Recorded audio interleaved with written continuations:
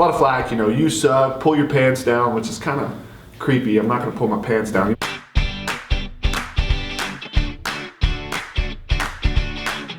I hear a lot of crazy things being an outfielder in the big leagues, and fans can get creative and they can get crazy and it can be intense. And I have a couple stories that I would like to share with you about my experiences in the outfield. For starters, I'm in New York. There were two separate experiences playing against the Mets this year. One was, you know, the scoreboard is behind me in right field, and a lot of times you're coming in and you're backing up, and then as hitters are coming up, I'm checking the scoreboard to, you know, you look back and you watch the replay or whatever, but as you turn around, you can't help but notice, you know, everyone's sitting down, and this old guy who's sitting every single time I'm like looking up at the scoreboard in my peripheral, this guy stands up and as hard as he can gives me 2 thumbs down, like, like it was intense. So, well done, guy, well done. This is the same series in New York. He's in left, and the whole game, and New York, they don't call me Hunter, they call me Hunter. So it's like a A-H, Hunter, or just H-U-N-T-A.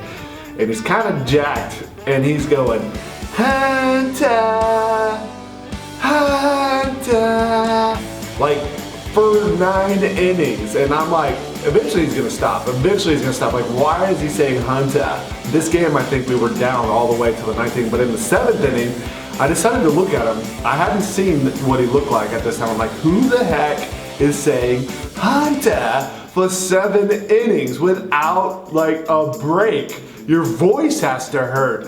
And sure enough, I look over, and this guy, as soon as I look at him, freaks out. He gets so happy, he stands up. Hunter, you're gonna get swept by the Mets, Hunter! You suck, Hunter! You're losing to the Mets, Hunter! And I'm just like, oh my God, don't look at him. Another experience. Let's see.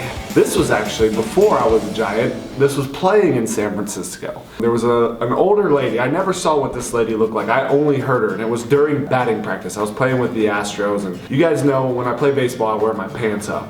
This is what she sounded like. Hey, bird legs! Bird legs! What are you wearing your pants up for, bird legs? Don't you know you're not supposed to show off your shortcomings? Hey, bird legs! And she would not stop. That's pretty impressive. You know, I do have some skinny legs, but I've never even heard, like, don't you know you're not supposed to show off your shortcomings? Like, well said. Granted, I've always worn my pants up, except for one game this year, and it was the worst day of my life. I won't ever talk about it again. Another guy in San Francisco as well. This guy was very similar to the New York guy, where he would not stop the entire game. Like, he had a new sentence and ended every sentence with, you loser. So it would be like, hey, you're going back to Round Rock, you loser. And that was AAA at the time for the Astros. What do you think you're doing, you loser? You can't hit the ball out of the infield, you loser.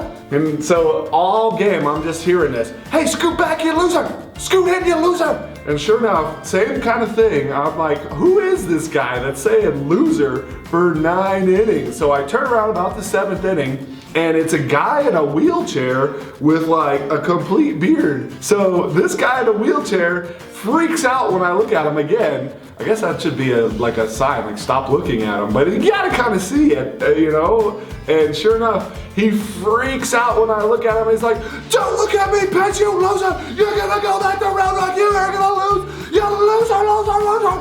Guy in wheelchair's wearing me out. And as soon as I turn around, he's like, look at me when I'm talking to you, you loser! It doesn't matter what you do, they're gonna get you.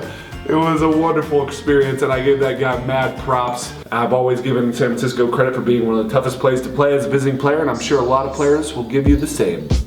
Let's move on to another tough place to play, and fun at the same time. The Oakland A's. These guys are awesome. They come with drums. War drums every day. They're just boom, boom. They got chants for their guys, boom, boom, boom, and they got chants for the outfielder. They played it so much, and they play it so much, it gets stuck in my head where I'm like singing it at night, and Alexis is dancing to it. She's like, yeah, it's kind of catchy.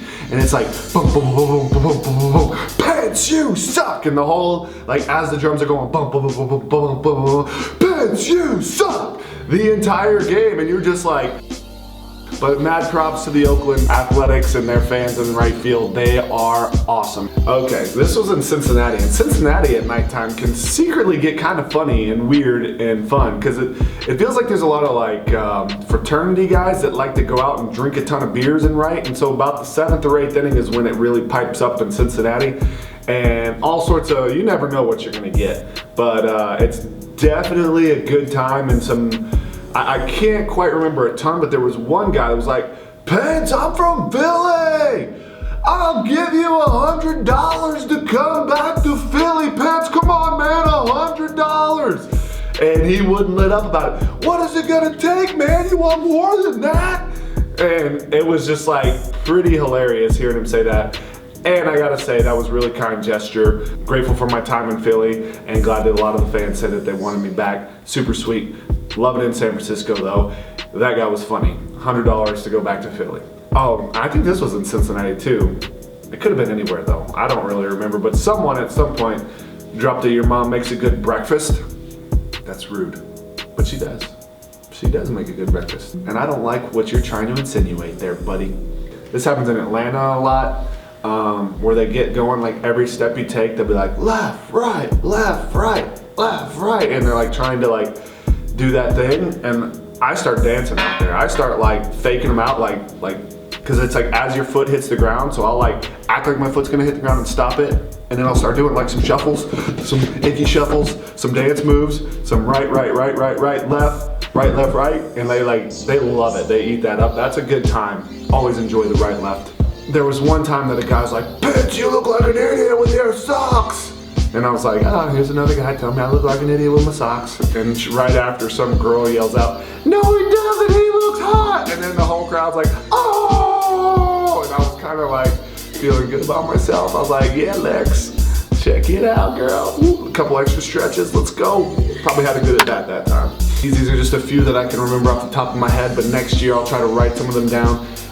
It's always an adventure. You fans, you hecklers, we hear you, even though we ignore you. And sometimes we play with you, depending on our mood. But it's intense, it's enjoyable, it's part of the fun of going to a baseball game. If you ever get a chance to go to right field or any of the outfield and be a part of the heckle station, it's a good time. I highly recommend it.